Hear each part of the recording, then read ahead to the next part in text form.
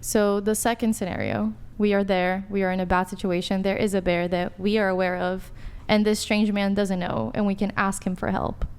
Yeah. And the bear's like not doing anything, it's just there. Yeah, it has not overtly shown signs of aggression to you being trapped with it yet.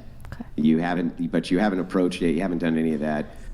You've been hiding from the bear, which I assume you would probably hide from a bear. I don't assume that you would approach it, because none of you seem like you're stupid, right? You wouldn't approach a wild bear, would you? No, I'm not like Mowgli. No, you're not approaching a wild bear. So you have not approached this wild bear. You've been hiding from it. You see a man. He's in the forest. He's got a rifle slung. He's walking through the forest. He's by himself. You're in the middle of nowhere. You're otherwise trapped. Would you ask him for help? I'll keep hiding from both. So you would stay trapped with the bear rather than ask him for help?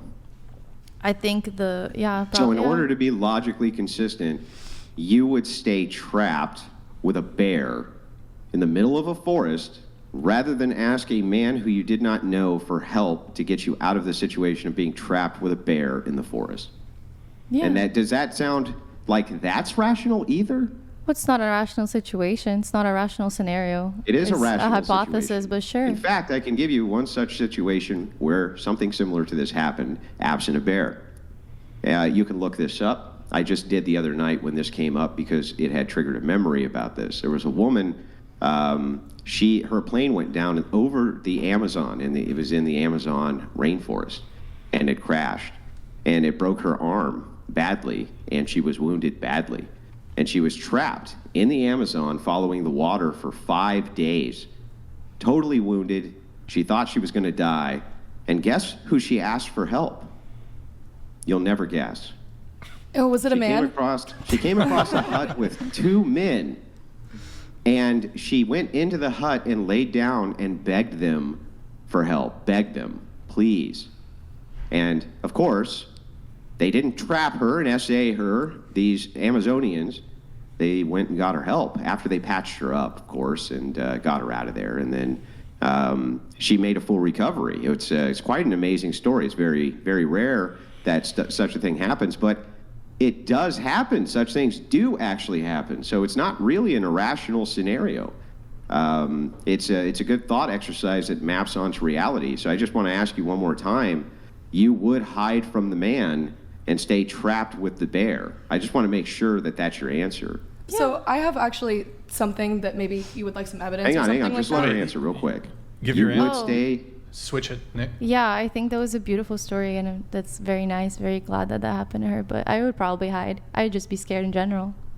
Yeah. What? You would stay trapped with a bear in the middle of the forest rather than ask for help from him. Okay. Yeah. All right. Can I Anyway.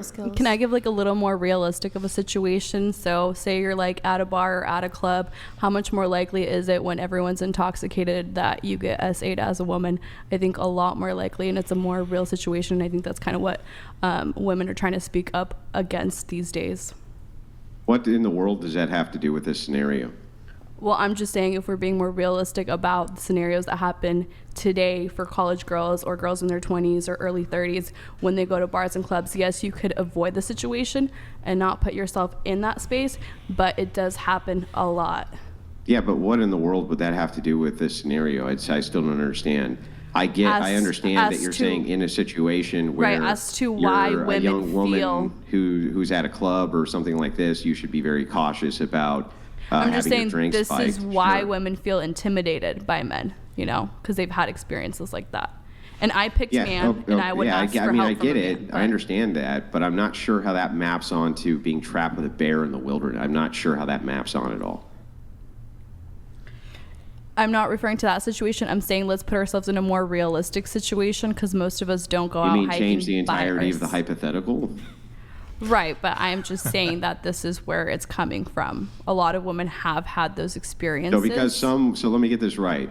So because some women have their drinks spiked in bars and get SA'd, that means they shouldn't ask for help if they were ever in the wilderness trapped with a bear? No, Does that make sense to you? That's not what I'm saying at all. I'm saying the reason. Then that's why you should stick with the premise of the hypothetical, because otherwise we're going to end up with all kinds of absurd conclusions, right?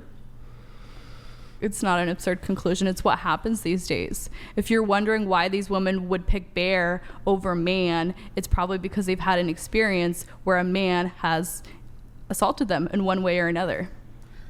Let us assume for a moment that you had been assaulted by multiple men, okay, which I'm sure has happened to all sorts of different women. Why in the world would that make it more or less rational to trust a man you do not know if you were in a situation where you were trapped with a bear? Can you make that make sense for me? Here, go ahead. Go ahead. Wait, well, I believe the question's directed at you. Okay, say that one more time. Why Yeah, would... even assuming that a woman had been many times SA'd under the circumstances that you're talking about, which is horrific. Can you explain to me why that would make it more rational for her to not request that a strange man aid her that she did not know if she was trapped with a bear in the forest? Why would that be suddenly a more rational decision? I don't understand that.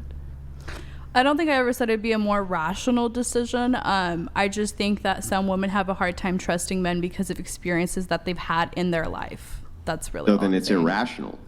So then it would be irrational still, even if that had happened. So even if I grant the entire premise of why you feel that way, it still would not be rational to not request aid from a strange man if you were trapped in the wilderness with a bear. Yeah, right? I've never disagreed on that. Yeah, so it would still be irrational. So I still don't even understand the premise then. What she's saying is irrational. It makes no sense. I got a couple questions on this, and then we'll move on to a new topic. Nick, feel free to show that one. And then I'll read a couple chats here. So does it change anything if you were, instead of the venue or the location being a forest, would your answer change if it was just a room? A 10 by 10 room? That we're stuck in the room? Would you rather be in a room, 10 by 10 room, with a bear, or a random man, randomly selected man? So it could be a man who would be inclined to murder you, or it could be, I'm sure you guys have all met good, decent men. Could be a good, decent man too. More likely to be. Anyways, I shouldn't preempt that, but which do you pick if you're in a room? The man. I don't want to be in a room with a bear. I don't know. Like, I think it does change it because, like, the woods is totally different than, like, an enclosed space. Mm-hmm. So, yeah, I don't know if I could really pick one. I think that I just wanted to speak on one last thing. I think that when we talk about, like, it would be so irrational for someone to not want to be in the woods with a man as opposed to a bear, there's the idea of the availability heuristic, where the things that are the most salient in your mind will end up, like, determining the logic that someone has in that situation. So we hear a lot more about, like, men potentially assaulting women, and sure, we hear about bear attacks too, and so people would be likely to be afraid of that. Like, the classic example is, like, an airplane crash. Like, people are afraid of flying on airplanes, even though statistically it's not likely to happen. So statistically, I may have miscalculated and said that 20% of men were likely to attack me. That's not logical at all. But Well, that would you still could make root your it. You could root it in the scenarios- logic of the availability heuristic. Well, there is no such thing as a logic of availability. Logic is not like kung fu. Your kung fu is not better than my kung fu. There is only one kung fu in this situation. There's only one logic. There is not different forms of it. There's just one form of it. So the same thing with rationality. Rationality would be if you're saying something which maps onto logic or not. And so if you're saying something which is irrational, it's not logical. It makes no sense. It doesn't map onto it. So it's not like kung fu where you can say, my kung fu, my logic better than your logic. There is only one logic.